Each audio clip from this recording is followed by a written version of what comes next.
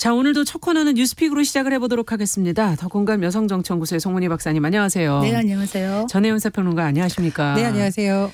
자, 오늘 첫 번째 뉴스는 정치 뉴스로 좀 시작을 해보겠습니다. 이르면 지금 이달 말에 서너 개 부처의 장관이 교체될 것이라는 보도가 지금 나오고 있어서 개각설이 또 나오는 이유는 무엇일까?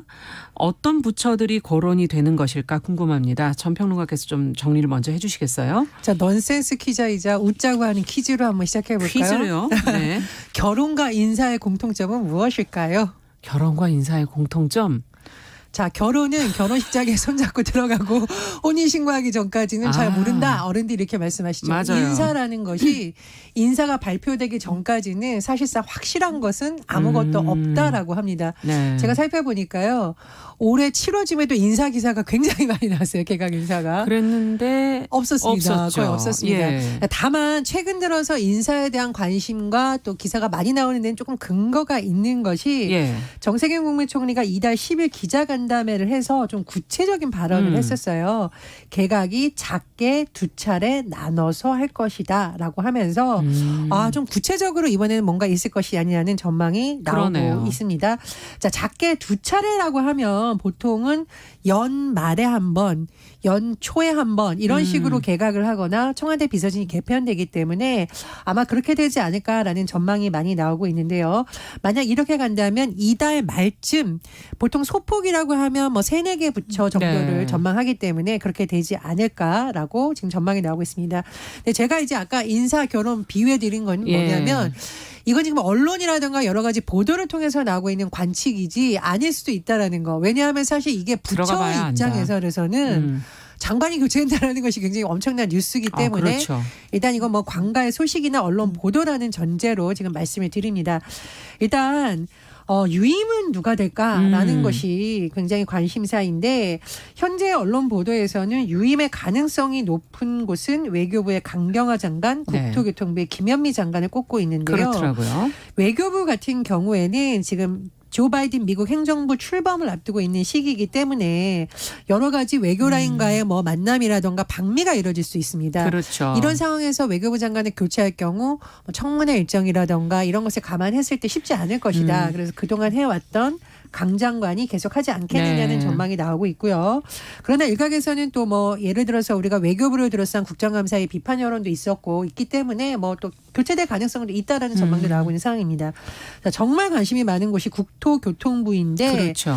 지금 이제 뭐 청와대에서도 알고 있겠습니다만은 뭐 부동산 민심이 심상치 않다라는 것은 대체적인 중론인 것 같습니다만 여기에 대한 해석은 엇갈리고 있습니다. 한 가지는 부동산 문제가 그렇게 단기간에 해결된 것이 아니기 때문에 현재 정부가 추진하는 정책을 계속해서 추진하려면 지금 김현미 장관이 계속할 가능성이 높다라는 전망도 나오고 있고요. 그러나 반면에서는 지금 부동산 민심이 너무 중요하기 때문에 개각이라는 것이 꼭 경질만 의미하는 것이 아니거든요. 새신 새로운 것에 대한 신호이기 때문에 또 워낙 오래 지금 장수 장관으로 꼽히기 때문에 초기부터 계속 해왔죠. 그렇죠. 이제 장수 장관들은 본인도 뭐 필요할 수도 있고 하니까 또 교체될 가능성도 있다라고 하는데 어쨌든 두 부처에 대한 관심이 지금 매우 높은 상황입니다. 자, 더불어서 또 관심이 가는 곳이 중소벤처기업의 박영선 장관인데 왜냐하면 이건 이제 본인의 의지와 상관없이 계속 서울시장 보궐선거와 관련해서 약간 중량감이 있는 여성 정치인이라든가 정치인 출신의 뭐 공무원이라든가 이런 사람들이 언급되고 있기 때문에 혹시 거취에 대해서 본인이 입장 표명을 한다면 개각의 대상이 될 수도 있겠다라는 전망이 나오고 있습니다. 자, 이외에도 보건복지부, 고용노동부, 여성가족부 등의 장관 교체설이 언론 보도를 통해서 나오고 있는데요. 이제 보건복지부 같은 경우에도 박노후 복지부 장관이 이 코로나 상황에서 워낙 경무를 많이 했다. 좀 쉬게 해야 된다는 의견도 있고 또 일각에서는 뭐 국정감사라든가 국민 여론과 조금 다른 발언을 한 부분에 비판 여론이 있기 때문에 감안해야 된다. 이런 의견도 있습니다. 고용노동부 같은 경우에도 워낙 뭐 일을 많이 한 부서이기 때문에 좀 뭐 교체가 필요하다는 의견도 나오고 있고요. 여성가족부 같은 경우에는 이정옥 여가부 장관이 지난해 9월 취임했어요. 그런데 최근 사실 좀 어떤 발언이라든가 이런 부분에서 비판 여론이 있었기 때문에 이런 것이 가만히 되지 않겠냐는 의견도 있는데 반대 의견도 있습니다. 왜냐하면 여가부가 노력한다고 해서 이 모든 문제가 그럼 해결될 수 있던 것이었느냐. 그리고 다른 부처에 비해서 작은 부처인데 여기다가만 그렇죠. 책임을 물을 수 있냐라는 또 반대 의견도 존재하고 있는 상황입니다. 어쨌든 청와대 입장이라는 것은 개각이라는 것이 워낙 중요한 일정이고요. 그렇죠. 또 민심과 맞물려 돌아가는 것이기 때문에 고심을 하고 있는 것으로 전해졌고요. 더불어서 정세균 총리의 지금 개각 가능성을 나오고 있는데 정세균 총리는 사실상 정치권에서는 잠재적 예비 대선 주자로도 그렇죠. 분류가 되기도 합니다. 네. 본인이 공직에 있기 때문에 워낙 조심하고 있는 상황인데 그렇기 때문에 오히려 정치적인 길을 열어주는 차원에서 교체가 될 가능성도 거론되고 있는데요. 이렇게 될 경우에는 뭐 굉장히 중요한 개각이기 때문에 청와대에서 고민이 많을 것으로 지금 전해지고 있습니다. 네. 자, 지금 이제 설왕설래하고 있는 이 개각설 두 분은 어떤 입장이신지. 그 재미있는 비유 같아요. 결혼과 인사 얘기하니까 네. 공통점을 한번 생각해 보니 결혼과 인사의 공통점은 사람을 잘 봐야 된다. 잘 선택해야 된다. 또 하나 공통점이 혹시 좀 문제가 있더라도 마음을 접기가 어렵다. 그런 측면에서 한번 분석을 해본다면 네. 지금 얘기하고 있던 장관들 중에 김현미 국토부 장관 같은 경우에 장수 장관이죠. 2017년 6월부터 시작되었으니까요. 근데 참 재임 기간 동안 어찌 됐든 부동산 정책이 많이 나오면서 집값이 폭등했다. 그리고 전세 난민 이런 얘기를 하고 있으면서 어떻게 보면은 야당이나 시민단체들의 집중 포화를 온몸으로 막 받고 있는데 아마 유임하지 않고 다른 후보를 물색한다 그래도 찾기가 쉽지 않을 거다. 그 자리에 썩 오겠다는 분이 찾기가 쉽지 않을 거다 이런 생각이 드는데 이 장관하고 또 추미애 법무부 장관 네. 이 두 가지 경우를 들자면 지금 추미애 장관과 윤석열 총장의 갈등 양상이 장기화되면서 국민들의 피로도도 좀 커지고 있다. 이런 상황인데 아마 그럼에도 불구하고 대통령이 아마 계속적으로 추 장관을 유임시킬 것이다. 본인도 나는 검찰개혁하기 전에는 정치적 야망을 접겠다 이렇게 딱 얘기를 하는 상태이기 때문에 아마 문재인 대통령이 검찰 개혁을 굉장히 중요하게 생각하기 때문에 이 개혁의 흐름이 끊기지 않기 위해서는 계속 유임할 것 같다. 이 두 가지 사례를 봤을 때 한번 좀 마음을 접지 않고 계속적으로 신임하는 인사권자의 결단이 보여진다 이렇게 느껴지고요. 네. 정 총리 같은 경우에 조금 지금 이낙연, 이재명 두 양자 구도로 이제 좀 흘러가고 있는데 새로운 변수로 아마 내년 1월쯤에 총리직을 나오게 되면은 약간 판을 흔드는 또 이런 분위기가 되지 않을까 생각이 됩니다. 네. 어떻게 보십니까? 일단 추미애 장관에 대해서는 유임 가능성이 높다라는 전망이 나오는 이유가 말씀해 주셨듯이 사실은 추미애 장관이 당대표 출신의 정치색이 뚜렷한 정치인이잖아요. 그렇죠. 그럼에도 불구하고 대통령이 이 장관으로 임명을 한 이유 자체가 좀 여러 가지 반발이 있더라도 검찰개혁을 완수해야만 된다라는 네. 의지를 표명한 것이 아니냐는 게 인사 초기 때부터 나왔던 전망입니다. 그래서 지금의 여러 가지 검찰과의 어떤 대립각이나 이런 것에 대해서 굉장히 비판 여론도 있지만 또 일각에서는 이 정도의 진통이 없이 어떻게 검찰개혁을 하냐. 어떻게 보면 대한민국에서 그렇죠. 가장 막강한 집단인데라는 네. 우호적인 여론도 있기 때문에 청와대에서 좀 양쪽을 다 보지 않을까 싶고요. 저는 또 하나 청와대에서 굉장히 고심할 부분이 청문회라고 봅니다. 지금 사실 여야 관계가 뭐 그렇게 원만하지 않은 상태에서 청문회를 하는 그렇죠. 것이 국민의 눈높이에 맞는 검증이라는 과정에서는 굉장히 필요한데 네. 이게 자칫하면은 청문회 과정이 길어진다거나 여야 간의 어떤 쟁점이 되다 보면은 정책의 누수가 발생할 수 있습니다. 그렇죠. 그래서 청와대 인사검증이 매우 중요하거든요. 예. 그런 면에서 고민이 깊지 않을까 싶고요. 최근 국회에서 아마 인사청문회 제도를 좀 개선하는 TF를 마련해야 된다라고 여야 간의 논의가 되고 있다라고 해요. 그래서 이른바 도덕성 검증에 대해서 좀 의견이 엇갈리고 있는데 당연히 도덕성 검증해야죠. 근데 네. 문제는 뭐냐면 이 도덕성 검증이라는 미명하에 뭐 전혀 조금 공개하기 어려운 예를 들면 건강검진에 관련한 걸 본인의 동의 없이 막 청문회장에서 공개가 된다던가 예. 이게 과연 장관의 자질과 직접적으로 연결되는 것일까 싶은 부분까지 네. 되는 것. 예를 들면은 뭐 아들, 딸의 이혼 문제까지 막 거론이 되는 왜냐하면 네. 재산 문제를 검증하다 보니까 어쩔 수 없이 그렇죠. 밝혀지는 이런 것도 있다라고 하는데 이 부분은 조금 근데 의견이 엇갈립니다. 도덕성 검증이 너무 과하다. 그래서 그것은 비공개로 하자는 의견도 나오고 있고 그러나 일부 시민단체에서는 오히려 도덕성 검증을 강화해야 된다. 국회 내에서 하면 이거는 완전 짬짬이 밀실 검증이기 때문에 검증의 의미가 없다는 주장도 나오고 있기 때문에 저는 개각과 예민하네요. 굉장히 예민한 문제입니다. 네. 그래서 저는 개각과 더불어서 우리가 또 유심히 봐야 될 부분이 이 청문회 제도가 어떻게 될 것인가 그것이 또 다른 관전 포인트라고 생각합니다. 진짜 좋은 지적인데 지금 청문회 제도가 좀 바뀌어야 된다는 얘기는 많이 해왔죠. 실제로 지금 여야가 합의를 하고 있는 부분이 말했듯이 망신주기식으로 가고 있는 도덕성 공개 검증을 비공개로 하자. 정책 검증은 공개적으로 하자인데 문제는 여야가 인사청문회에 올린 후보들을 서로 아까 말했듯이 뭐 서로 비슷비슷하니까 짬짬이로 그냥 비공개로 했을 때 그냥 넘어가는 이런 또 일이 생길 수 있기 때문에 이 부분을 우리가 어떻게 제도적으로 좀 보완할 것인가 장치를 만든다면은 국민들이 볼 때는 청문회 한다고 열어놓고는 뭐 개인적인 신상 뭐 개인적인 수술 이력까지 얘기하는 박영선 장관도 아마 그래서 한번 울컥했던 적이 기억이 납니다. 청문회에서 개인의 수술에 대해서 얘기한 적이 있었거든요. 그래서 그런 식이 아니라 정말 정책 검증을 국민들이 보고 도덕성 검증은 좀 시간을 갖고 제대로 하되 서로 짬짬이 하는 거를 막을 수 있는 제3의 장치를 또 가져야 되지 않겠나 그렇겠네요. 이런 생각이 듭니다. 국민 입장에서는. 네. 그리고 저는 이제 장관 청문회에서 우리가 말 한마디로 그 사람의 모든 것을 평가할 수는 없지만 왜 국민들이 이렇게 장관들의 말 한마디가 뉴스가 될까 보니까 인권 감수성이나 도덕 이 어떤 잣대가 매우 높아진 거죠. 어떻게 보면. 그렇죠.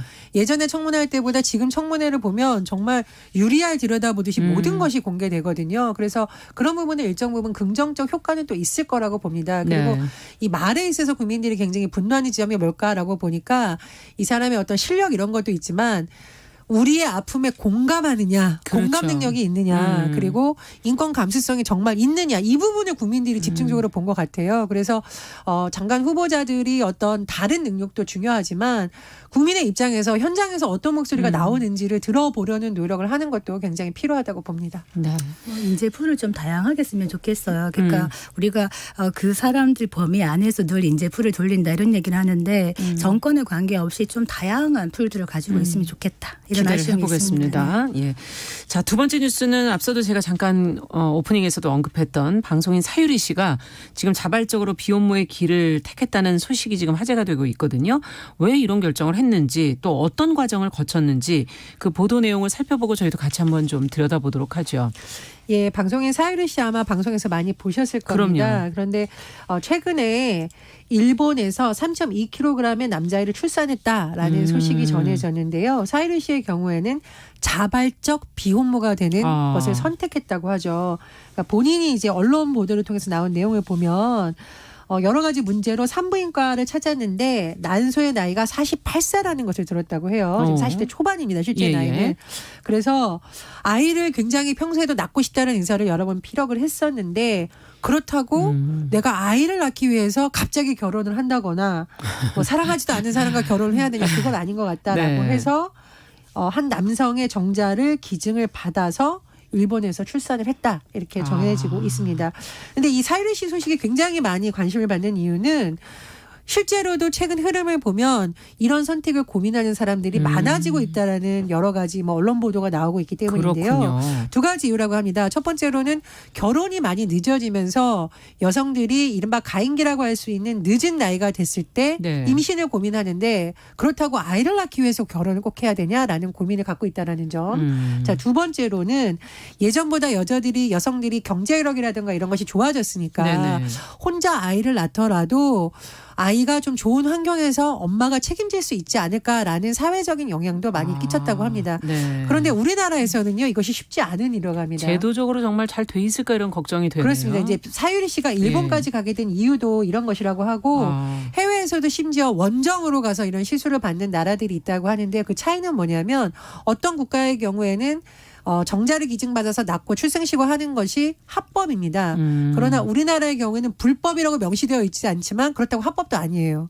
그러니까 이런 것을 해줄 수 있는 병원이나 이런 것이 사실상 없다라고 봐야 됩니다. 근데 어쨌든 이 소식을 통해서 이런 선택을 하는 여성들이 있다면 매일 출산율 낮다라고 하는데 이런 것도 사회적으로 이제 고민해봐야 될 시점이 됐다. 이런 주장도 나오고 있습니다. 네, 참 고민거리를 많이 던져주는데요. 네, 진짜 우리가 비혼모의 삶을 선택한다는 것이 얼마나 예. 용기가 필요한 것인가. 저는 일단 응원을 합니다. 우리가 퍼스트 펭귄이라는 얘기를 하는데 차가운 바다에 뛰어들 때 그 많은 펭귄 무리들이 서로 이제 주춤주춤 하고 있을 때 제일 처음에 뛰어드는 펭귄이 퍼스트 펭귄이죠. 네. 그러면 이제 따라서 다 뛰어드는데 뭐 물론 예설에서는 등 떠밀려서 먼저 떨어졌다 이런 얘기도 있지만 일단은 이 사유리 씨의 이런 행동에 대해서 많은 생각을 하게 한다. 시사점을 준다. 우리가 왜 보통은 결혼하는 것이 굉장히 정상적이고 결혼해서 아이를 낳는 것만이 정상 가족이고 건강한 가족이다 이런 생각을 하는데 예.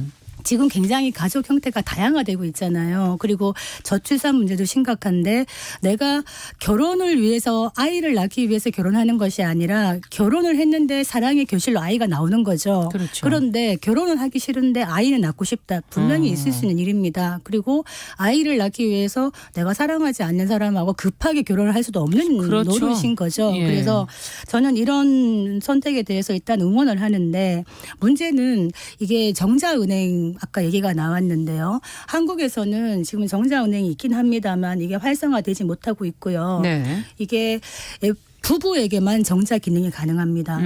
기증이. 네, 부부인 경우에만 정자 기증을 받을 수 있고요. 그리고 또 남편의 동의가 있어야만 됩니다. 남편 동의가. 그렇기 때문에 비혼인 여성 혼자 정자 기증을 받을 수 없기 때문에 사유리 같은 경우에는 일본에서 했겠죠. 사유리 네. 씨가. 그런데 실제로 지금 난임 환자들이 많이 늘어나고 있다 그래요. 한국에서도. 네. 비혼뿐만 아니라 부부 생활을 하는 경우에도 이 정자의 문제로 인한 난임이 많은데 실제로 정자 기증을 받기가 매우 어렵다. 그래서 이런 문제 때문에 OECD 국가들 중에 공공정자은행이 없는 나라가 한국이 유일하다 그래요. 왜냐하면은 한국은 아직까지는 강한 혈연사회 이런 걸 중요하게 생각하기 때문에 이런 부분도 있고 네. 정자를 사고 파는 문제가 있지 않냐, 상업적으로 문제가 되지 않냐 이런 인식이 있는데 이런 것들을 좀 법적으로 이렇게 보완을 하면은 충분히 만들어질 수 있다.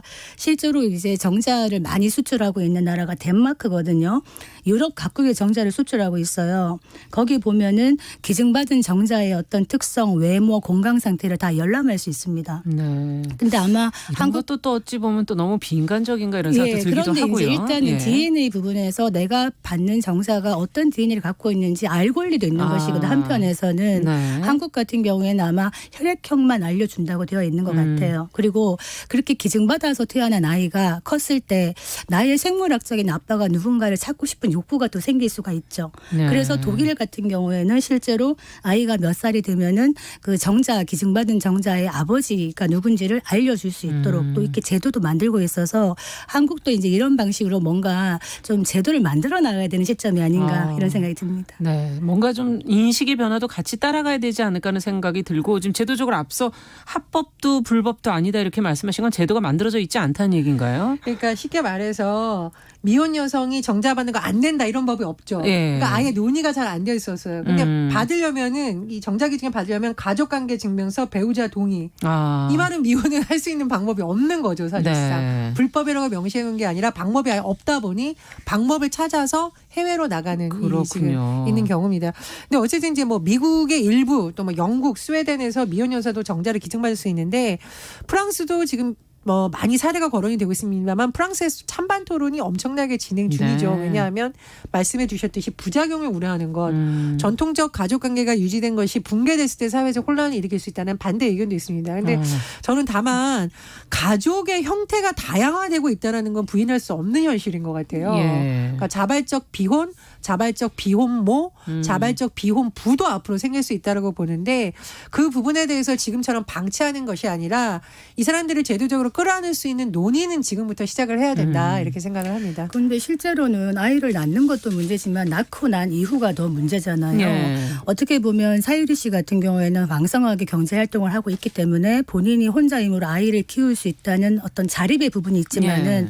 실제로 이제 보통 직장 생활하는 여성들이 비혼모의 길을 아이를 택했을 때 어떤 장애에 부딪힐 수 있냐. 내가 혼자 아이를 가져서 이제 키우는데 직장에서 일단 고용이 유지될 수 있을까 하는 두려움. 그리고 공식적으로 육아휴직이라든가 이런 거를 쓸 때 규정이 없죠. 그렇죠. 비혼모인 경우에. 예. 그렇다면 이런 부분이 되기 위해서는 사회 구성원 모두가 사실은 비혼모에 대한 좀 인식 자체가 전환이 되어야 되고 이런 지원이 되어야 되는데 그것이 없는 상태에서 현실적으로 하는 데는 많은 제약이 따른다. 그렇기 때문에 제도적인 뒷받침이 또 되어야 된다. 이런 말씀 드리겠습니다. 조금 보충 설명을 드리자면 정부에서 최근 그 한부모 가족 지원 대책을 발표를 했습니다. 그러니까 네. 최근에 왜 뭐 아이를 중고물품 거래하는 앱에 올라와서 논란이 됐던 일이 우리가 기억납니다. 이 여성을 비난만 할 것이 아니라 지금 이런 현실에 대한 대안 마련이 필요하다 이런 지적이 계속 나왔던 여러 예. 가지가 반영된 것이라고 보는데요.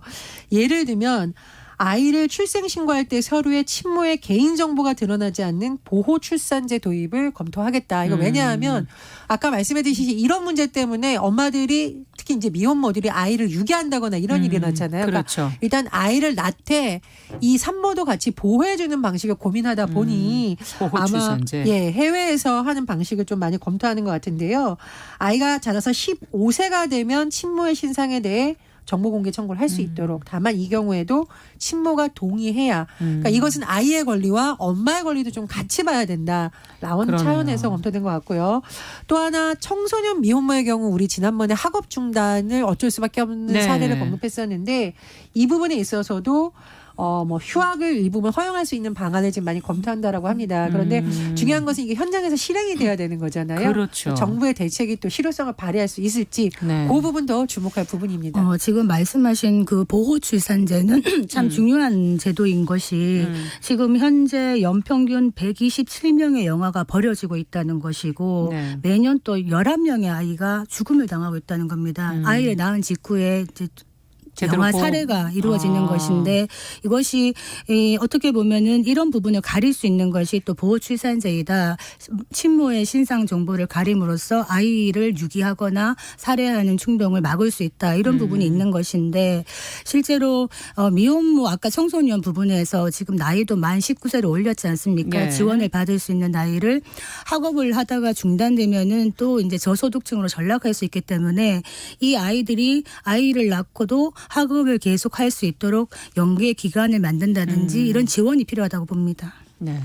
그 가족 제도가 가족 구성원 개인을 위한 제도이잖아요. 근데 그렇죠. 이제까지 전통적 개념은 나보다도 이 가족이라는 것 자체가 더 중요하다. 우선됐죠. 유지하는 것 자체가 중요하다라는데 개념이 많이 바뀌었습니다. 그래서 우리가 정상가족이라는 용어도 잘못하면 그러면 한부모 가족은 비정상이냐라는 오해를 알 수 있기 때문에 요즘은 이제 정상이라는 용어를 많이 바꾸고 있어요. 그렇죠. 그래서 포용적 가족 이렇게 많이 쓰고 있고 최근에 대중문화에서 나타나는 특징도 보면 예전에는 굉장히 비혼모라든가 미혼모에 대해서 배타적인 시선이 많았는데 요즘은 이런 선택을 하는 사람들이 왜 이런 선택을 하는지 네. 우리가 이 사람들을 어떻게 끌어안고 갈 것이에 대해서 많이 조명이 되는 것 같습니다. 그러네요. 그래서 좀 포용적인 가족의 개념에서 바라보면 어떨까 네. 생각이 듭니다. 지금 안 그래도 섀도우님께서 다양한 삶, 다양한 시각 이제 이런 게 필요할 것 같다.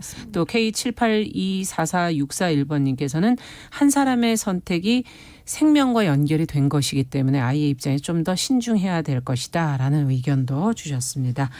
자, 어느덧 시간이 다 됐네요. 뉴스픽 전혜연 평론가 더공감 여성정치연구소 송문희 박사 두 분 수고하셨습니다. 감사합니다. 감사합니다.